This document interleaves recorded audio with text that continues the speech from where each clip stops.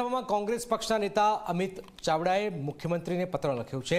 મિલની જમીન બારોબાર વેચી દેનાર મિલ માલિકો સામે તપાસની માંગ કરાઈ છે। ગૃહ વિભાગ અથવા સીઆઈડી ક્રાઇમ તપાસ કરે તેવી પણ માંગ કરાઈ છે। મિલ બનાવવા અપાયેલી સરકારી જમીન બારોબાર વેચાવાનો દાવો છે। મિલમાં કામ કરતા કર્મચારીઓને રાજીનામા લઈ લેવાનો પણ દાવો છે। ભાજપના સ્થાનિક આગેવાનોના પત્રને પણ અહીંયા ટાંકવામાં આવ્યો છે।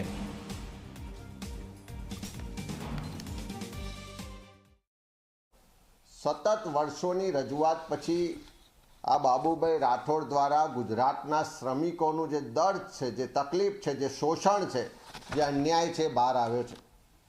બાબુભાઈ એમના પત્રમાં સ્પષ્ટ લખ્યું છે કે આટલા વર્ષોથી ભારતીય જનતા પાર્ટીનો કાર્યકરને સાથે સાથે કામદારો હોવાના નાતે સરકારને વારંવાર રજૂઆત કરી, પણ કોઈ આજ દિન સુધી સાંભળ્યું નથી, કોઈ આજ દિન સુધી ન્યાય નથી આપ્યો। અને એ મિલોની જમીન પર જે બાંધકામો થયા, જે બિલ્ડિંગ બની, જે વેપાર થયો, એનાથી 8 થી 10,000 કરોડ રૂપિયાનો લોકોને ફાયદો થયો, પણ જે શ્રમિકોને એના હકના નાણાં છે એ આજ દિન સુધી મળ્યા નથી।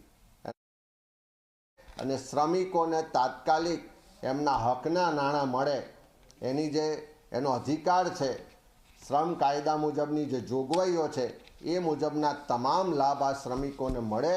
અને 5,000 જેટલા કામદારો આ મિલો બંધ થવાને કારણે બેરોજગાર બન્યા છે, એના કુટુંબના ભવિષ્યની ચિંતા કરીને યોગ્ય કાર્યવાહી થાય। આ જે મિલો બંધ થઈ છે એની ઉપર જે જમીનો અને એનો વેપાર થયો છે એ પૈસાનો હિસાબ લઈ અને આ શ્રમિકોને પૂરતો અધિકાર અને એનો હક મળે એટલા માટે માનનીય મુખ્યમંત્રીશ્રીને પત્ર દ્વારા રજૂઆત પણ કરવામાં આવી છે। થોડી દેરમાં